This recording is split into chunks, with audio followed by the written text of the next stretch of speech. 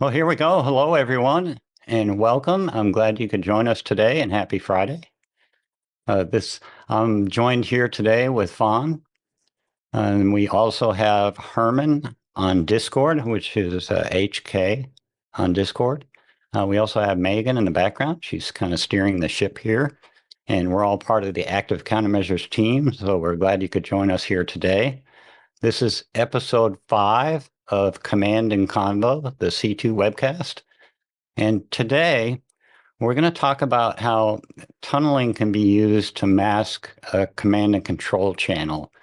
And the reason being is for a method of avoiding detection by defensive security tools. And Fawn has put together a great presentation on that. We are doing all of our chat and Q&A in Discord. We do want this to be an interactive webcast, which includes all of you watching this right now. So we welcome your questions and comments in Discord.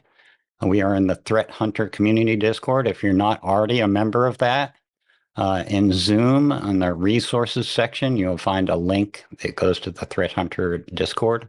We welcome you to join there and pose all of your comments and questions.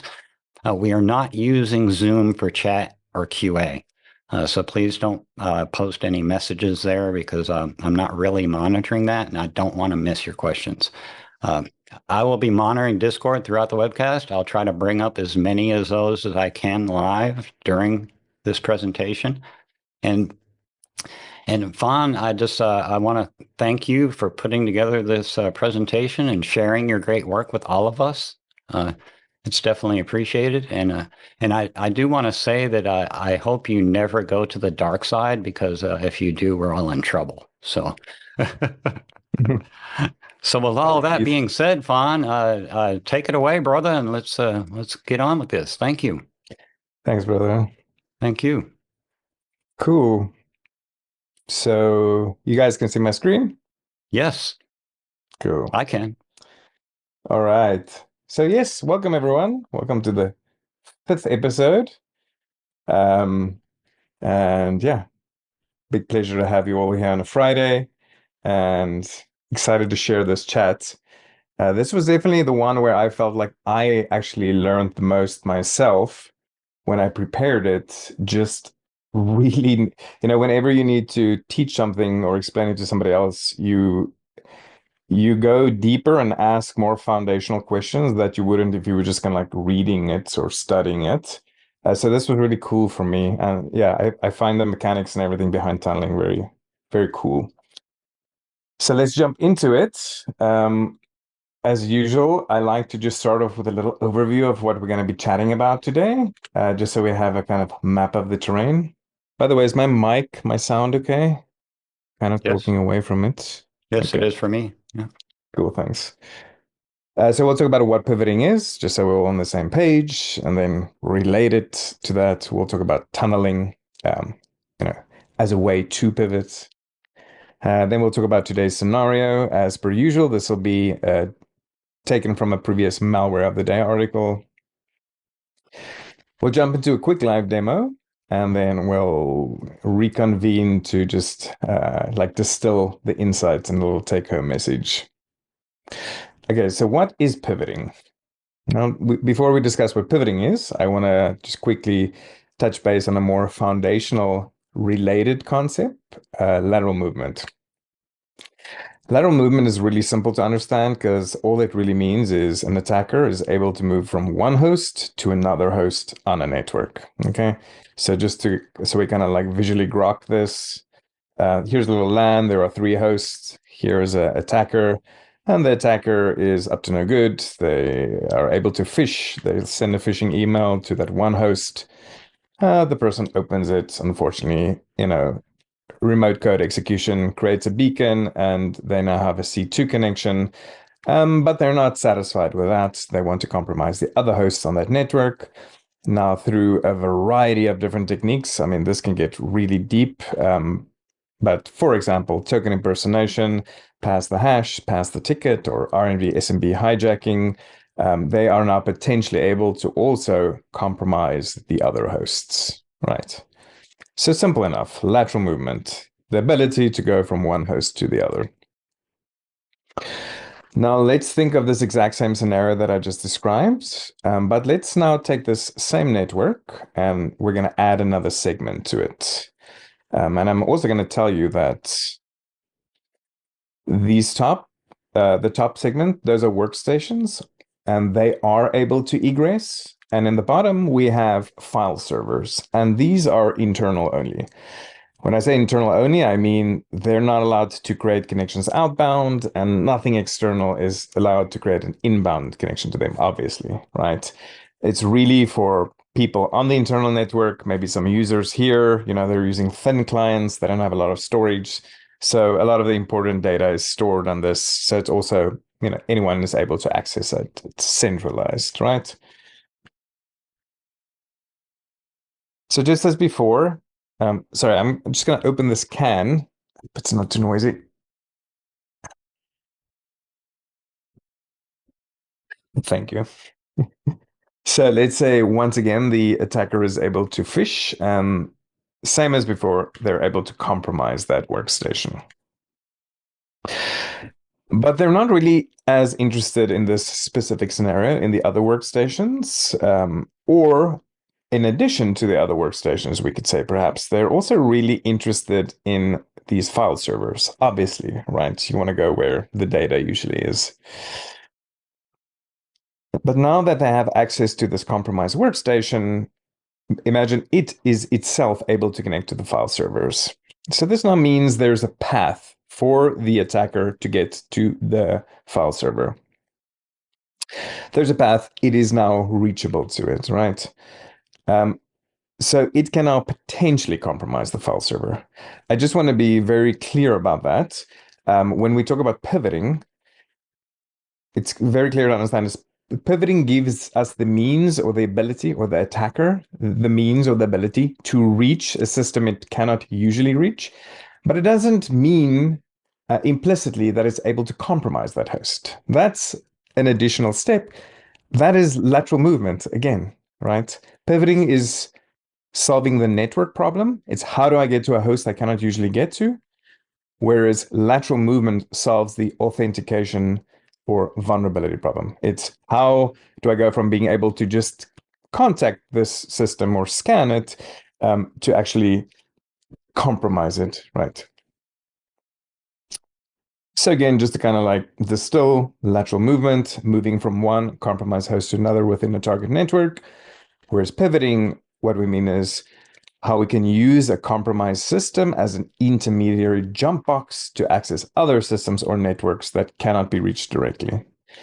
And in this case, obviously, the first workstation that the attacker compromised, that is the jump box.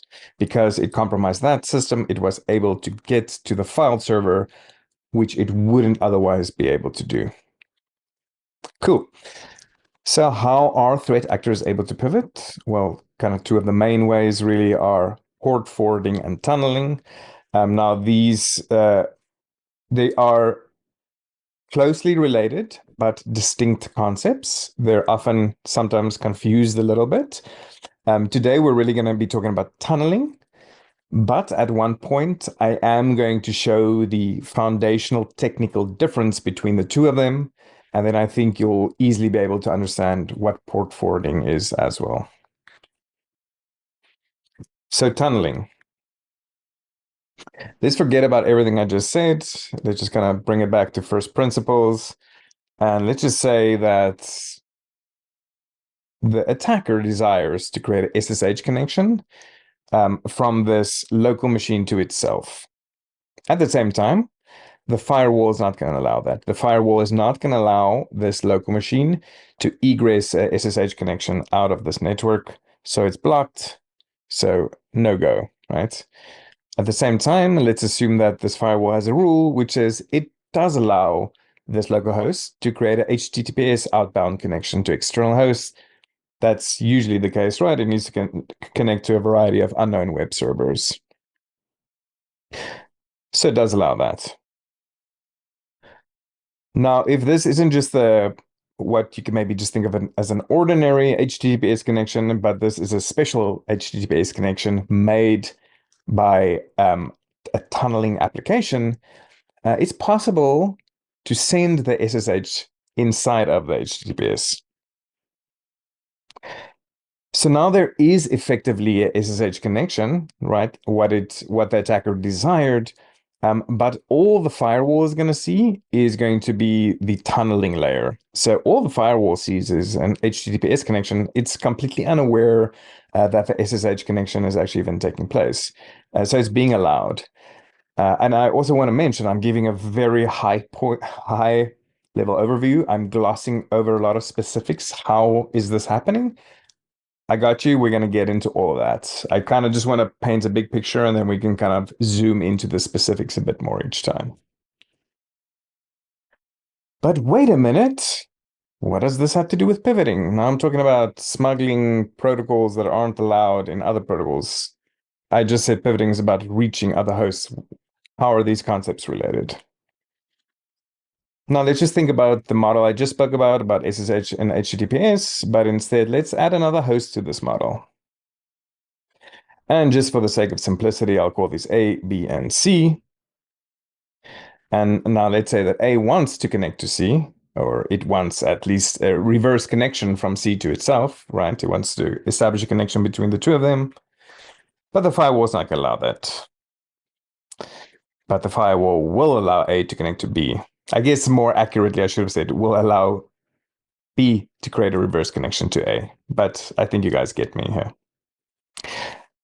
Now, hopefully this setup sounds familiar, right? Obviously sounds a lot like what I just discussed about that internal file server and stuff like that.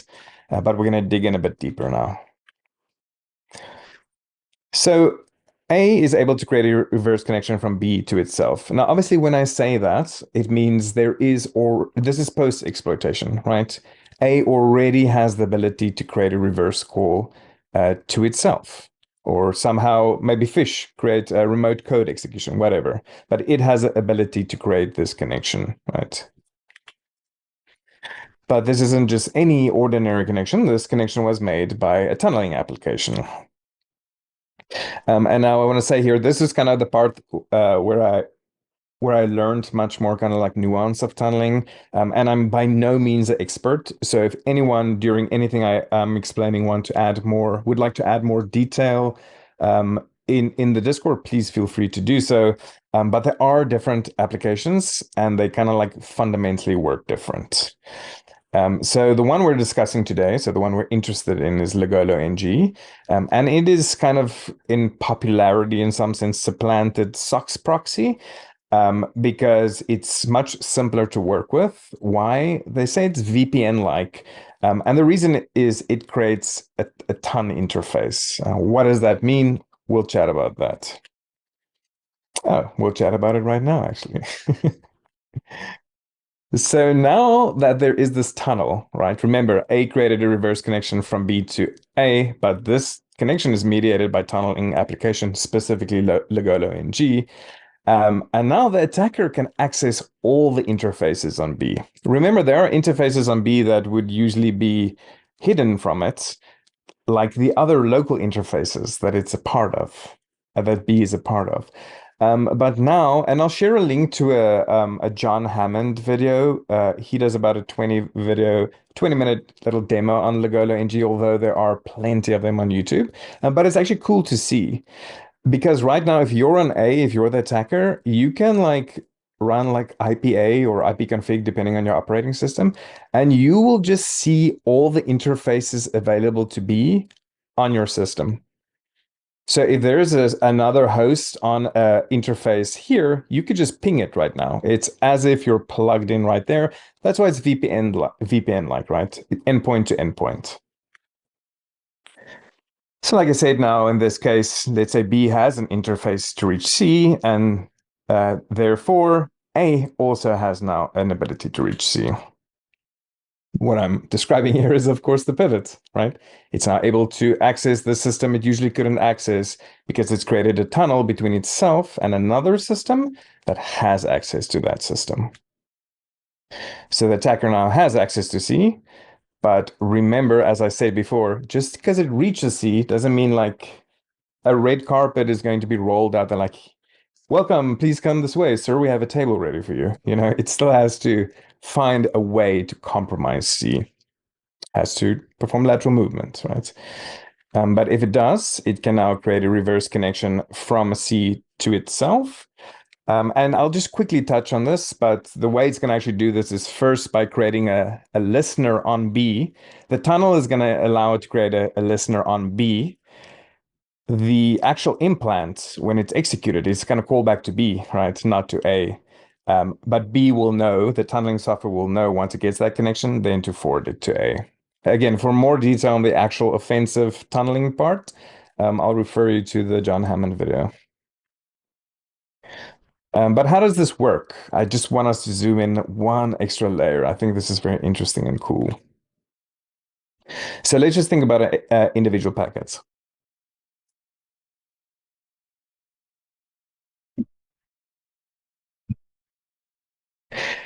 So we said it's a reverse connection, right? We're talking now about the C2 connection, reverse connection from C to A via B. So let's just consider a single packet here. It starts at C, and we're just going to focus on the network transport and application layers for now.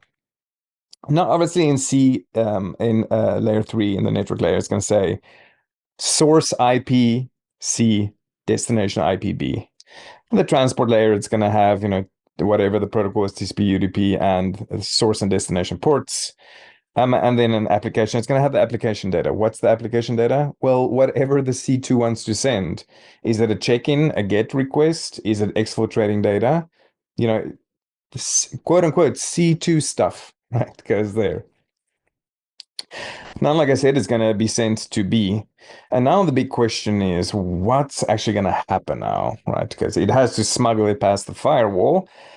So maybe the first thing that comes to mind for us is, why don't we can just change L3 and L4, right?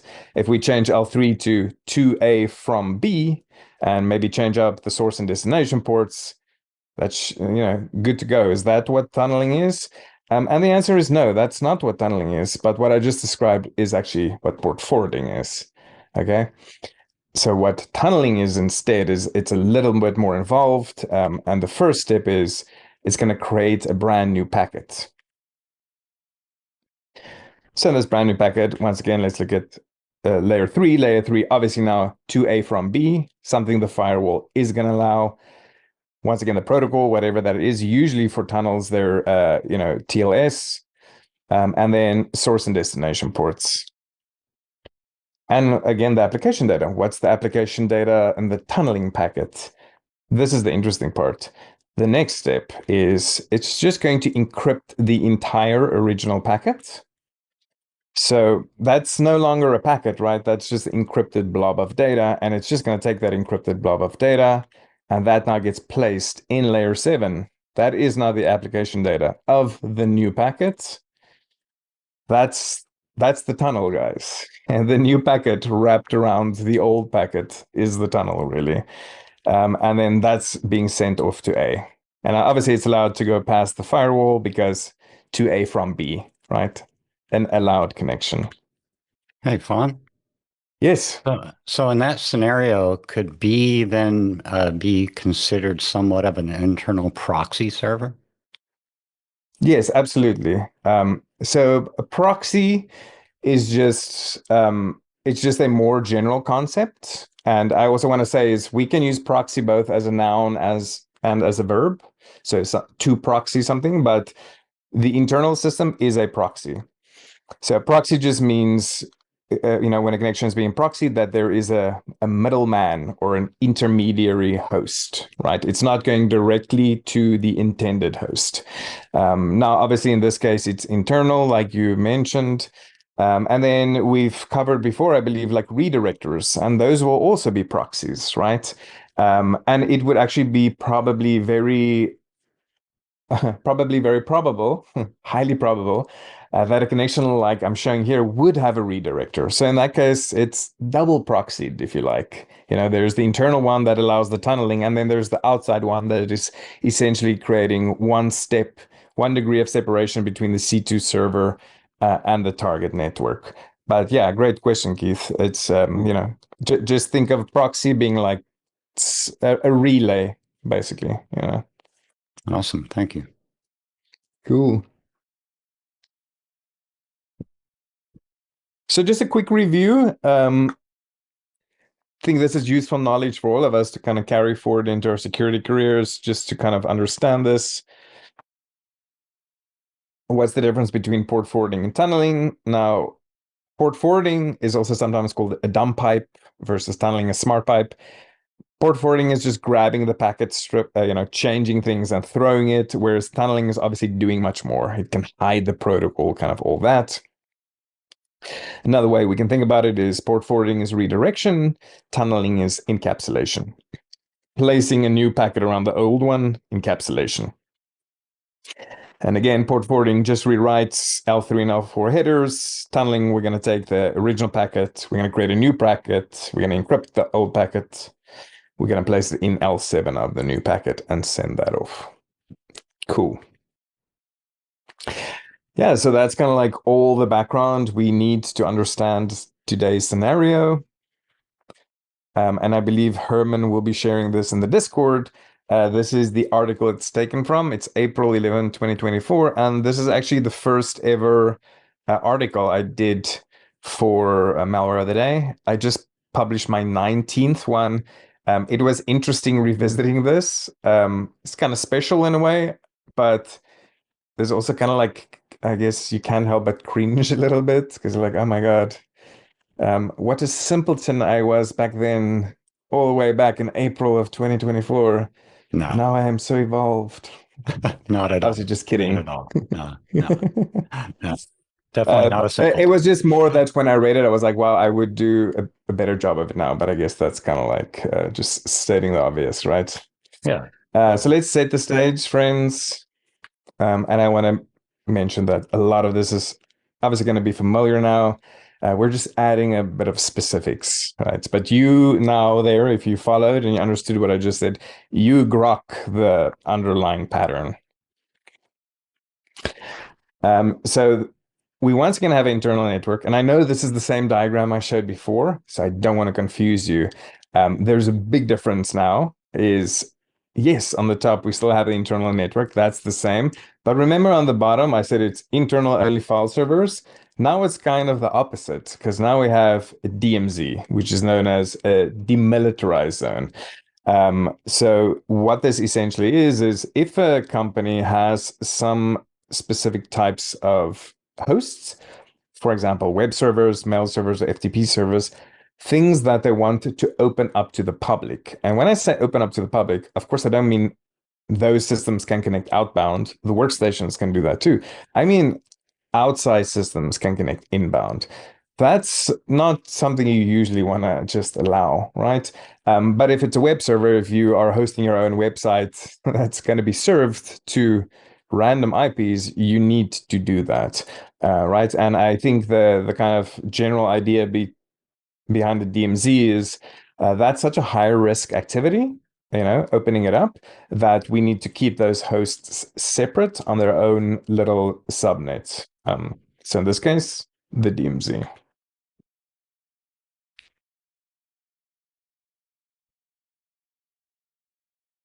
So in this case, now the attacker is once again interested in the workstation. That's kind of like the goal where they want to end up on. Web servers tend to not be that interesting because they just usually contain the website, which you could just scrape in any case, right? It's nothing really of value there.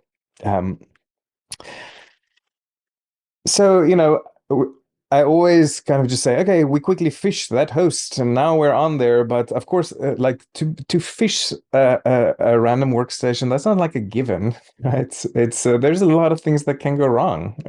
So it's not that, yeah, attackers just fish, and that's how they get on. I mean, it is obviously a very successful method still.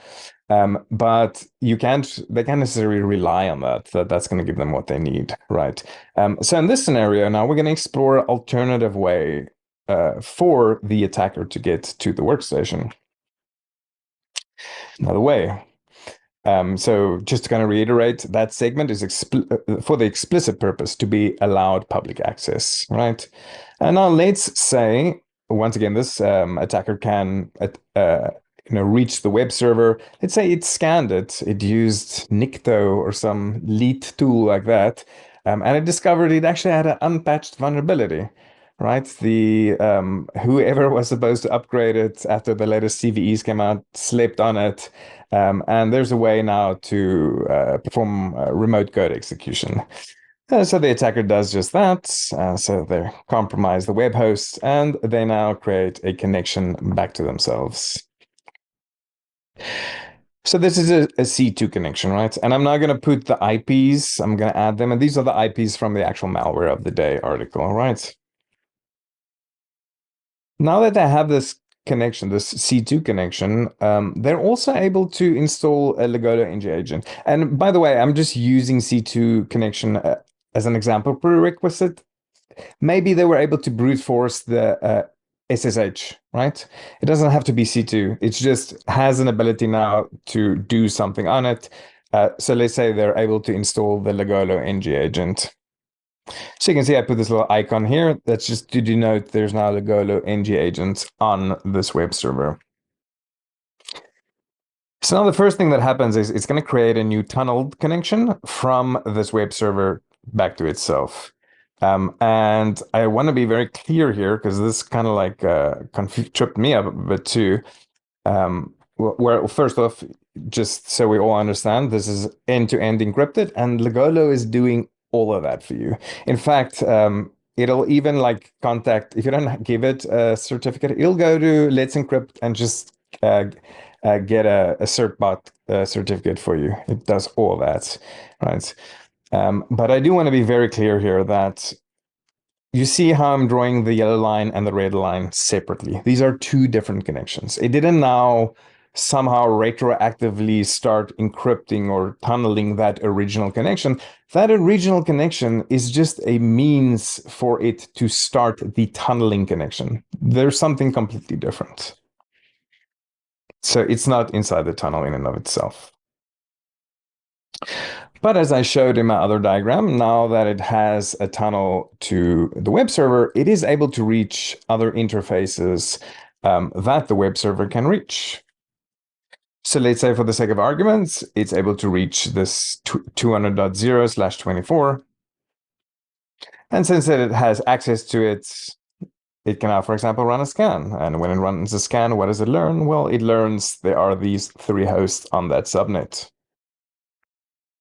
And let's say once again, it can use Nmap or whatever to discover that there is there's a vulnerability on 130. There's some little gap, some way for it to get its foot in the door. And because of that, it can now execute another C2 implant back to itself.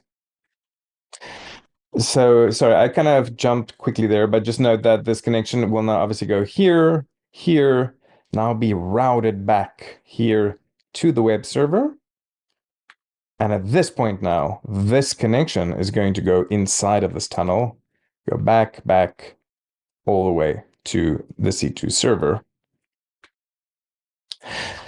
So we now have the C2 connection from the target to the C2 server, and it's via the web server. Something interesting, maybe some of you picked up on it, but let's also just appreciate here for a moment that actually what happened here, it wasn't even the case that this can't egress, right? If this was able to fish that, it could have just directly sent a C2 connection back to it. And in fact, it could have done so now. That was a strategic decision to route it back through the tunnel, which could be done for a variety of reasons. But it's not always the case that the pivot is because this machine couldn't egress. It's just a case really that that's the path that was presented to it. The ability to create the connection was through a pivot, not because 130 couldn't egress at all.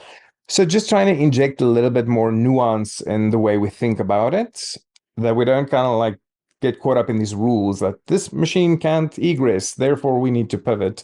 Sometimes it's just like, the way the dice fall, basically.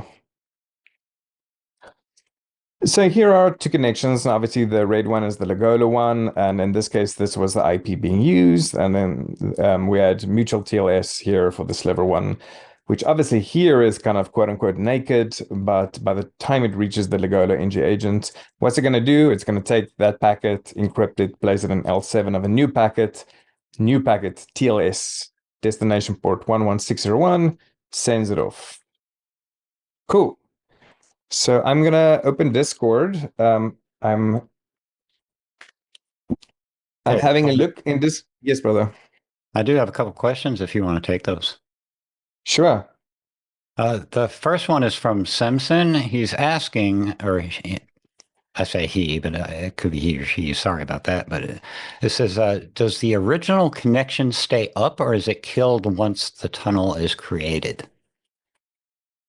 Either or. There's no rule there that will be, maybe they want to have a redundant connection in case the new one they created, they lose that, or maybe they feel that's additional OPSEC risk not worth it.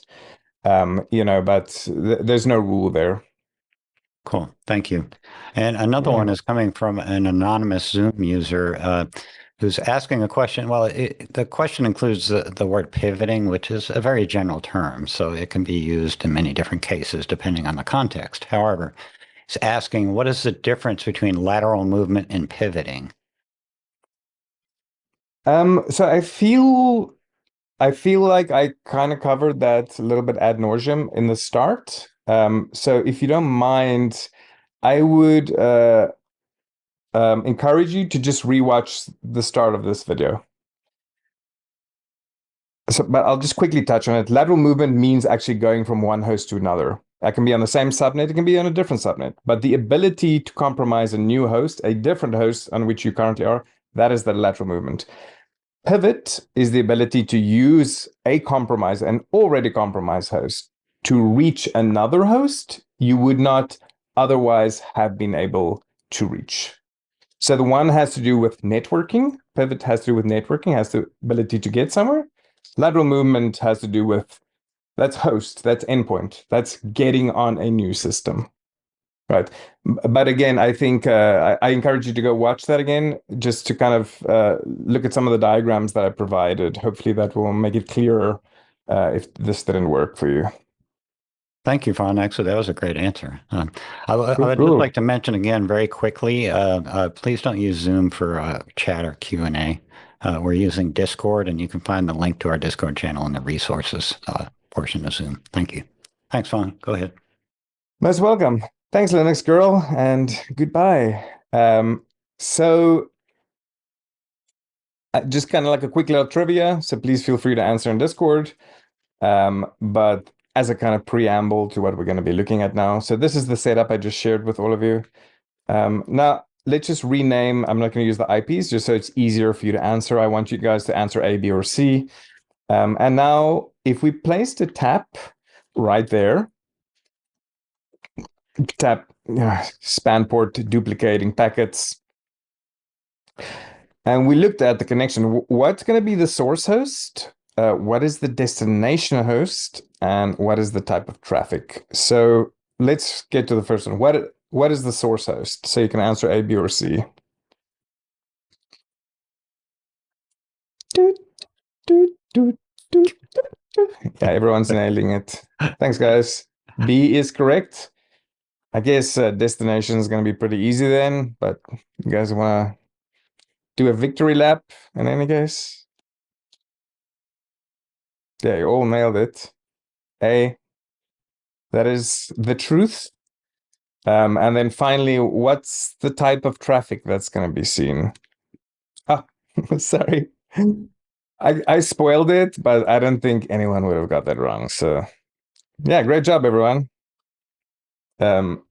Either this is very elementary or my slides are working. So excellent job. Okay, I'm gonna go away from Discord. Yeah, Banjo, maybe. I'm gonna go away from Discord, just otherwise I get distracted. But Keith, keep mediating for me, please, brother. Yes. And then we'll jump into a very quick live demo. And don't let the word quick throw you off. It's quick because it's so easy to detect, really. So in this case, quick is a good thing. Stefan, I do have another question if you're open for that. Yes, absolutely. Okay, Russ on Discord is asking, as a defender, is there a method for detecting VPN tunnels, particularly VPN tunnels that are not your company's standard VPN? Yeah, I mean, that's kind of what we're going to get to now, in a sense, but I would say in general, you need to be fingerprinting VPN connections and then understanding when a type of tunneling software is being used that's not authorized for use, right? Obviously, they're going to have different signatures. The cool thing about attackers using legitimate software, like legitimate means, is in that case, it's very signaturable, which I know isn't really a word, right? But apt for signature detection, because they're trying to hide in plain sight. They're trying to pretend like nothing fishy is going on here. Something I actually thought about is if an attacker is actually able to create a VPN tunnel of a VPN that is being allowed on the network, and I don't have an answer for that. Um, if someone else does, then please let me know. But that will be like really, there's other behavioral patterns that might reveal itself over time. But that's getting into extremely squirrely territory there, really. But yeah, great question. And also, hopefully, like I said, we're obviously going to quote unquote hunt a VPN connection now. So there are a few more insights I think I'll be able to add here.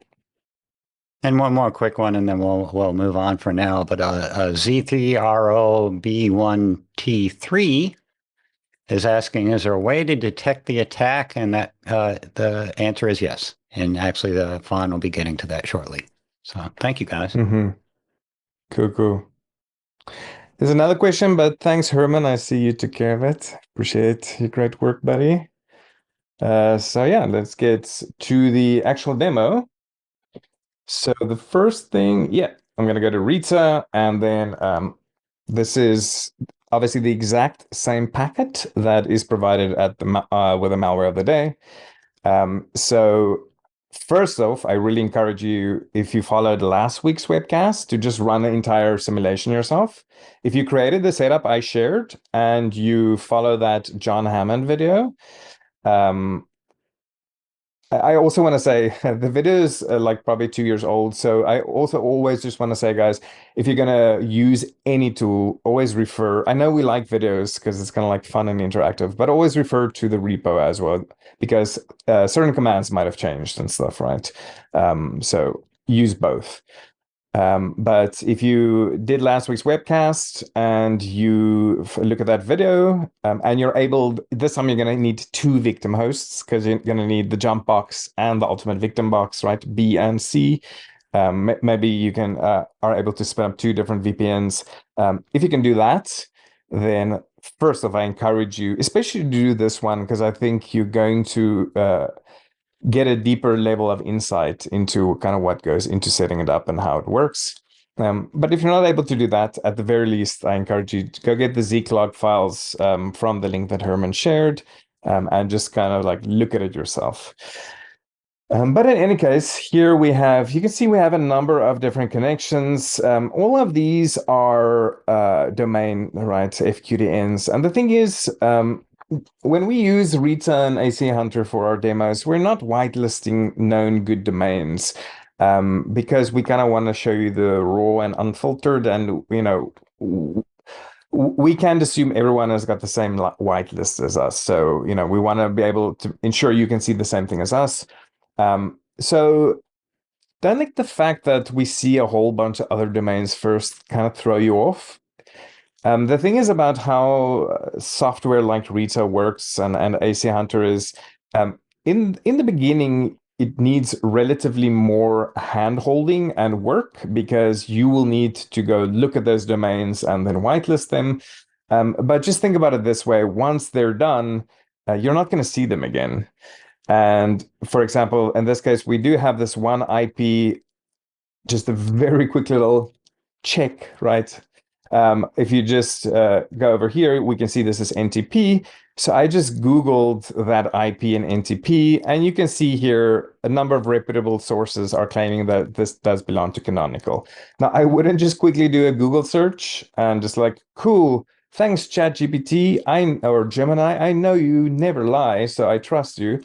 But pretty good sign, spend a bit more time, do a bit more due diligence, and then you can be like, okay, Canonical Ubuntu makes sense. I'll save this one too. But all in all, that means we basically get down to this one, and this is kind of the one that should maybe stand out to us, right? Once again, it's to an IP and not an FQDN. I think there is actually a MITRE technique specifically for that. So in general, that is something that should catch your attention, right?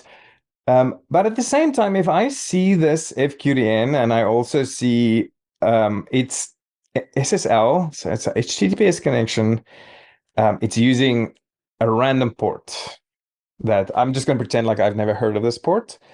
A lot of that is kind of like weird for me already. Further, why did Rita decide to categorize this as high? The beacon score is 0. Why is the beacon score 0?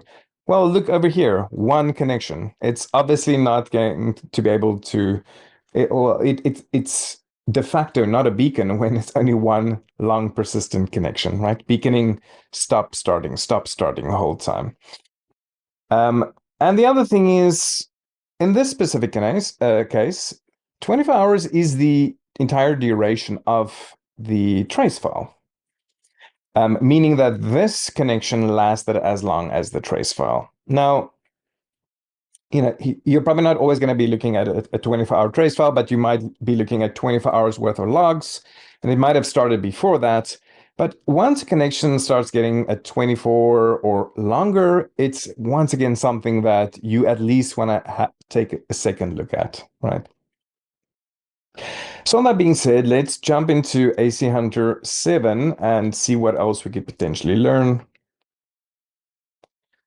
So I have this exact same data set now here open in AC Hunter 7, and you can see maybe a lot of these are familiar to you already. We kind of saw them just now. And the first thing I want to point out is that now with AC Hunter 7, one of the cool benefits, especially when you're dealing with a large data set, is, let's say, for instance, we're doing a quote-unquote hypothesis-driven threat hunt, and we don't just want to look at all potential threats. We are actually specifically on the lookout for long persistent connections, right? That's what we're deciding to be on the hunt for. The cool thing about AC Hunter 7 is right here, we can choose the different thread types and filter on that. And so I can choose long connections, and now it's only showing me the long connections. Another cool little thing that has been added is here is a hint. And I do just want to kind of briefly mention that please remember a hint is just that. It's just a hint. It's just information that you can use in a basket of a lot of other information to help drive you towards a decision. This is not saying this thing is good or this thing is bad, right? There are very few things in network threat hunting that will give you something with any definitive answer. Again, it helps inform your overall investigation. But here you can see now we have these 4, and these are known hosts. So I can click on this. Actually, what does it say? Well, it's telling me what is Pocket, and that it's a common website. This is helpful. Again, remember, maybe they're using Google Drive API for their C2 communication. You're going to see known host, right? Doesn't mean it's good or bad. Helps give you some information. But you can see now, when I get down to the bottom one, that it says the ASN many bad hosts. Now, this network block is a source of a lot of network probes and attacks. You might think, oh, is this some kind of like bulletproof provider?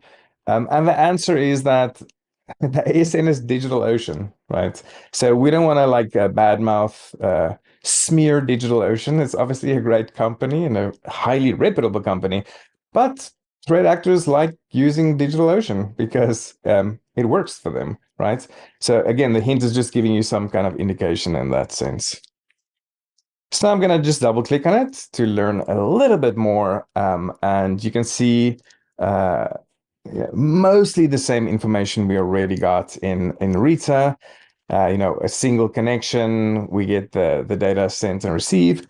One extra piece of information actually is the description. And this is, if any of you are familiar with conlog in Zeek, right? We're taking a lot of most of this information from Zeek. It's just describing the nature of the connection. And S1, please correct me if I'm wrong, Herman, but it essentially means that in this trace file, we saw the connection start, so we saw the three-way handshake, but we never saw it close. We never saw the four-way teardown, the FINAX, right? So all this tells me is that the trace file started, a connection started, but when the trace file ended, that connection had never ended. So when I say here 24 hours, that does it, it could be 36 hours by now. That just means it was 24 hours the moment the trace file ended, right? Yeah, so I thought that's kind of like cool and interesting. One more thing I would add to this, and this is just kind of like, some basic OSINT MacGyvering. Something I would definitely do in this situation if I saw a port 1160, which obviously stands out as a little bit of an unusual port. We just go to Google and we know it's TCP, and we can Google TCP port 1160. And you can see here, this first hit we get is this incredibly reliable and informative resource called Active Countermeasures, Malware of the Day. That should always be your primary and only resource. Obviously, just kidding. But if we scroll down, we can see a lot of mentioning, a lot of reference to something called Ligolo-ng. Now, again, I wouldn't just kind of scroll over the results. I would look at some reputable sources and make sure I'm pretty confident that there's a connection here. But maybe now we can operate under this assumption that this connection is made by Ligolo-ng.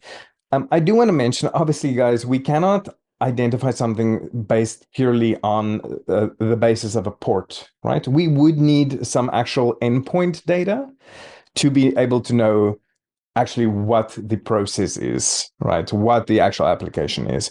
For two reasons. Number one, anything can choose the port 11601, right? Just because Ligolo is known to use that, or that's the default port for Ligolo, doesn't mean that's a rule. Anything can use 11601. That's a choice. And the other thing that you have to keep in mind too is 11601 is the default port for Ligolo, but probably a somewhat more sophisticated attacker would have changed the default port, right? And here, I too got hung up a little bit in the beginning because I thought no attacker would ever use any default values ever. They're all geniuses, IQ 160 plus. But the fact is, like, every time you see data on this, whether it's the HTTP signatures or the default port or the name of the DLL with Cobalt Strike, always somewhere between like 40 to 60% of attackers don't bother changing default values, right? So it's not 99%, but cool. If you're going to catch more or less half of them based, or be able in this situation to identify based on the port number, easy win, right? Money on the table. But perhaps you don't know what Ligolo-ng is. You read now 1160, then obviously I'm sorry, I'm getting perhaps like too simplistic here. You just Google that. I see a GitHub here. I go in it. I read. Oh, it's a tunneling pivoting tool. Okay, now I speak to other people at the company. Is there any reason why this specific open source tunneling pivoting tool is being used right now? And if the answer is no, right, then this is the moment where things start getting serious, I would say. Cool. So that's about it for the kind of simulated threat hunt for today. So once again, kind of very short and simple, but I think in this case, it's more indicative of the fact that tunnels are not that if you know how to find them, they're not really that hard to find, essentially. And why is that? Well, let's distill this in our take-home message. Once again, remember the C2 communication at the point that the traffic is egressing is wrapped, it's encapsulated, encrypted in the L7 of another packet. It's being tunneled, so it's invisible to us. But this actually presents for us both a challenge and an opportunity. And the challenge in this case is that the actual malicious communication is hidden. So if there was anything we would have been able to signature, if there was any kind of behavioral analysis we could have done, maybe we could have, snuffed out the beaconing pattern. Maybe we could have used like least frequency analysis against the JAR3 hash or something like that. All that is gone. We don't have any ability to detect it by using the same kind of like modus operandi that we typically use for other C2 communication. But the opportunity is that tunnels, as far as I know, and please somebody correct me if I'm wrong, and please share the information, I've never seen a beaconing tunnel, right? So tunnels are always persistent. They're always long connections. And keep this in mind, even if the C2 is beaconing, the beaconing is happening inside of a tunnel, which is persistent, which is what the trace file is going to see. So it doesn't matter. It will be a persistent connection. And the cool thing about AC Hunter and Rita, of course, as hopefully a lot of you know by now, is it's really good at finding these long connections. The way I kind of frame it to myself is long connections inevitably rise to the top, right? Sooner or later, they're going to come high enough so that you're going to take notice. The other thing is that you might think that, well, especially crafty threat actor, they'll just disconnect after 5 hours and recreate the tunnel. But the thing is, AC Hunter and Rita obviously knows this, and what we're looking at there is not an unbroken connection, we're looking at cumulative duration. So if somebody will stop that connection and restart it, that'll just be added to the same connection, right?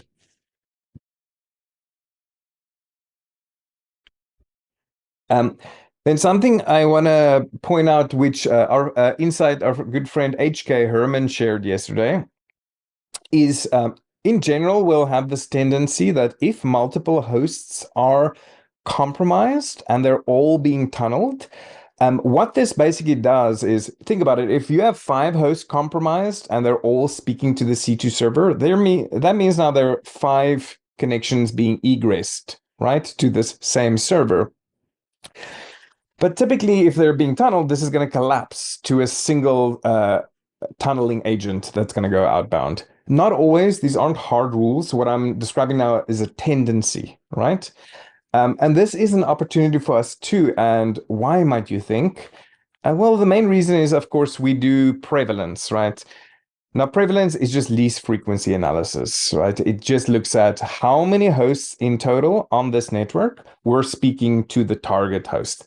Now, I would say probably on a DMZ, as in this specific case, way less relevant. You probably aren't going to have a lot of hosts on there.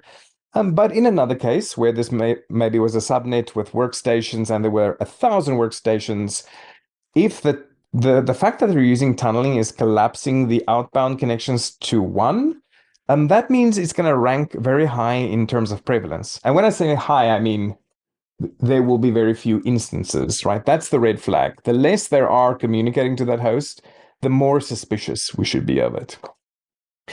So I just wanted to share that because I thought that was a very insightful insight. Very good, penetrating insight from Herman, which I also just wanted to share with everyone here. One final thing that I want to leave us with, it's just something to kind of keep in the back of your mind, is I think this little scenario in many ways is also just a good reminder to remain vigilant at all egress points. And what do I mean here? Well, if we only looked for potential malicious communication at that egress, if we were like, these are the things we care about, we don't care about these, nobody's going to compromise them, whatever, we're going to like not even pay much attention at that point.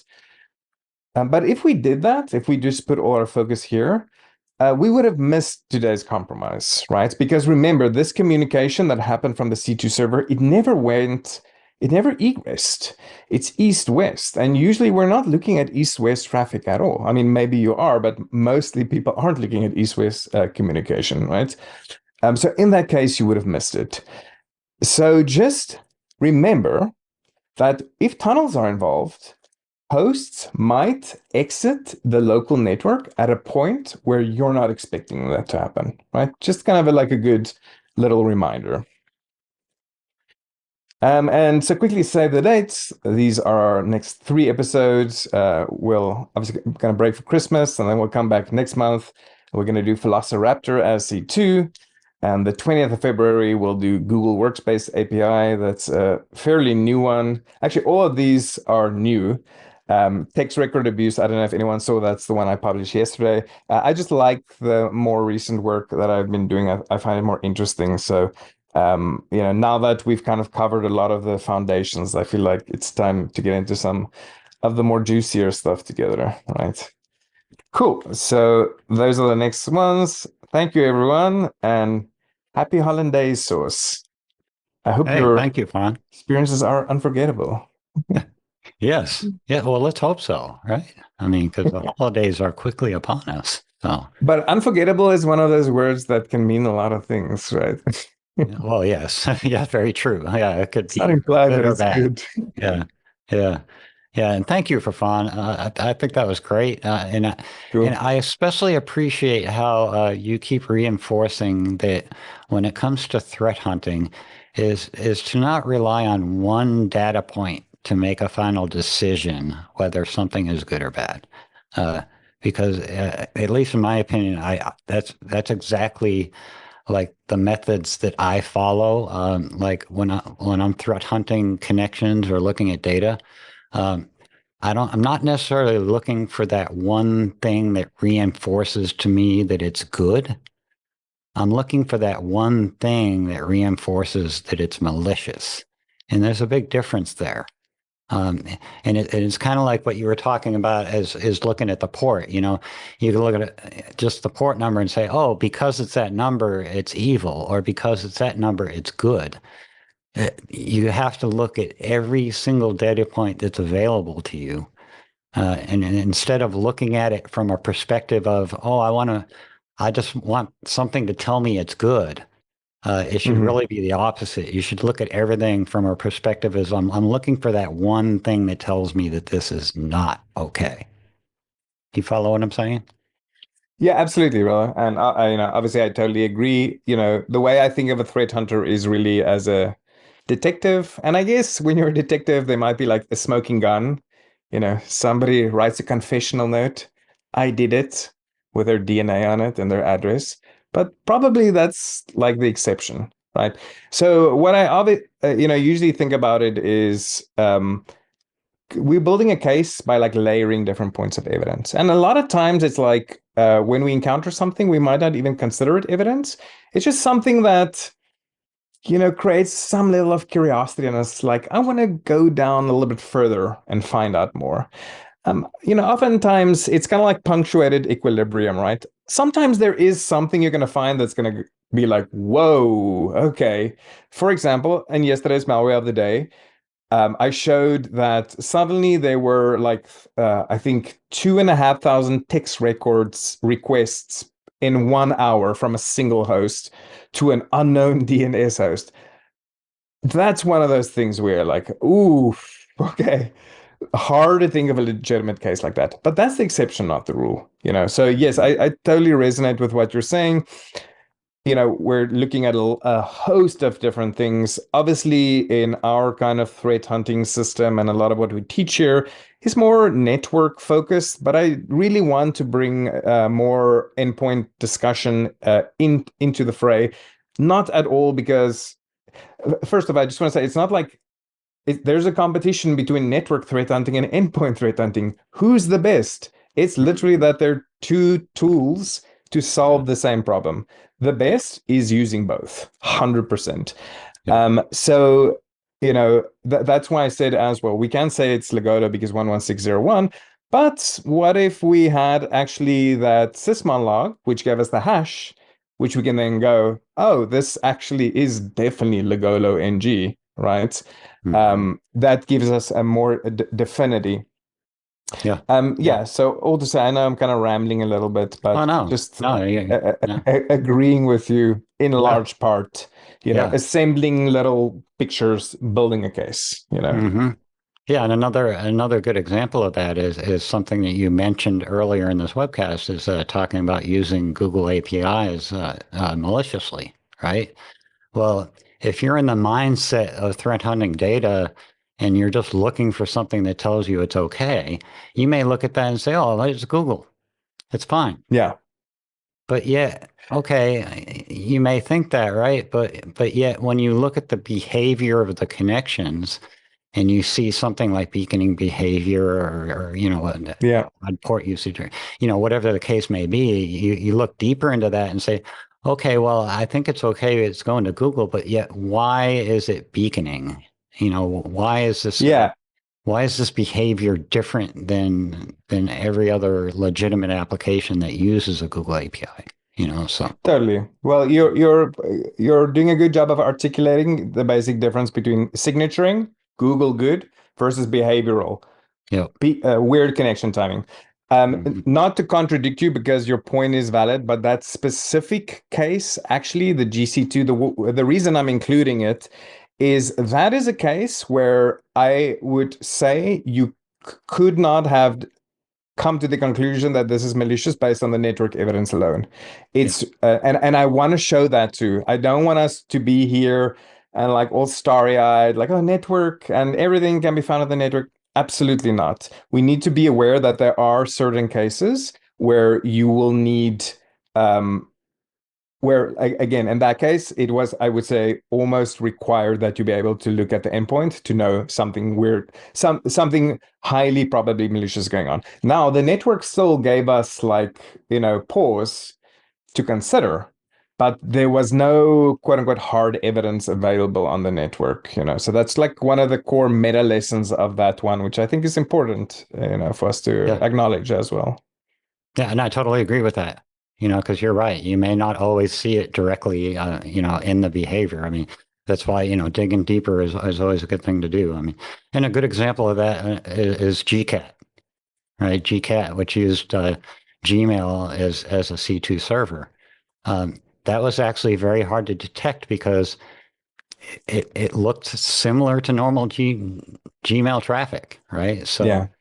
I mean, I know we're both kind of rambling on here, but Yeah. but Maybe I can also just I'm going to pivot slightly. yeah, yeah, I see there's a general discussion happening now with Herman related to, I don't want to say confusion, but a healthy, good debate about, yeah, but isn't it actually more risky to have more outbound connections? So I want to say having less, having one tunneled or having, let's say, five direct, neither is inherently less or more suspicious, right? Obviously, if you have five connections, that's five connections that one would be able to detect. So that carries an additional risk in its own way. I think Herman's point was really good and that it was insightful in a counterintuitive manner because you would assume less connections better from the attacker's point of view. But when we have software that automatically performs least frequency analysis, that gives us another way to detect it, right? So it's almost like covering different bases. We have a way to detect very few connections, and then there's obviously a way to also connect a lot of connections. So I think that would be a more helpful, useful way to think about it than one is inherently more suspicious than the other one, right? They just yeah, provide different means of being detected. yeah. Yeah, and I would have to say that like using like frequency analysis or prevalence, uh, that is really a secondary indicator, when you're looking at things. So I, myself, I would say having more connections is actually more of a risk of being caught, because It depends really, yeah, it's true. you can't necessarily make a statement like that in isolation. There are too many other data points that need to be taken in context, but certainly I would say in the majority of cases you're correct. right? I Mhm. would just be reluctant to make an always true statement, related to that. Same here. Same here. It's just like you can't say everything is safe from Microsoft. The same thing. I mean, context Nothing is matters. safe from Microsoft. That is Yeah. a blanket statement you can't Yeah. make. Yeah, exactly. Yeah.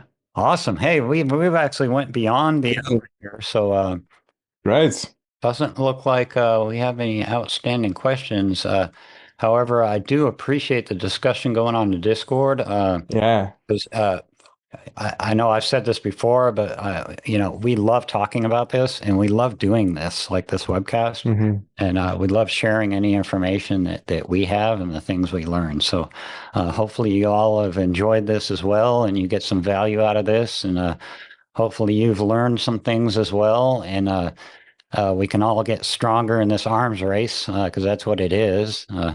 Obviously, these attackers are continually evolving and coming up with new methods. So definitely, when we see those things, we want to broadcast them out as well. That way, we can defend against these kind of attacks. So, thank you for the great presentation, Fawn.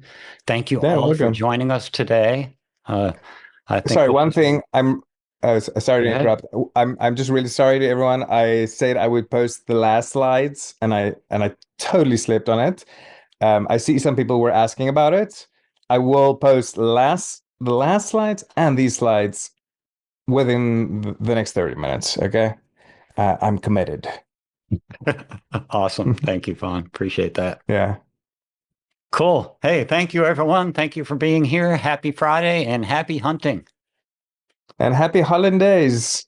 I Holidays like and saying hollandaise. holidays. It's because it's Dad Joke Friday today, bro. Yeah, I yeah. think that Awesome. qualifies as a dad joke. Thank Okay. you again, Bye, Fawn, everyone. Herman, Keep well. Megan. Thanks, y'all. Bye bye. Bye.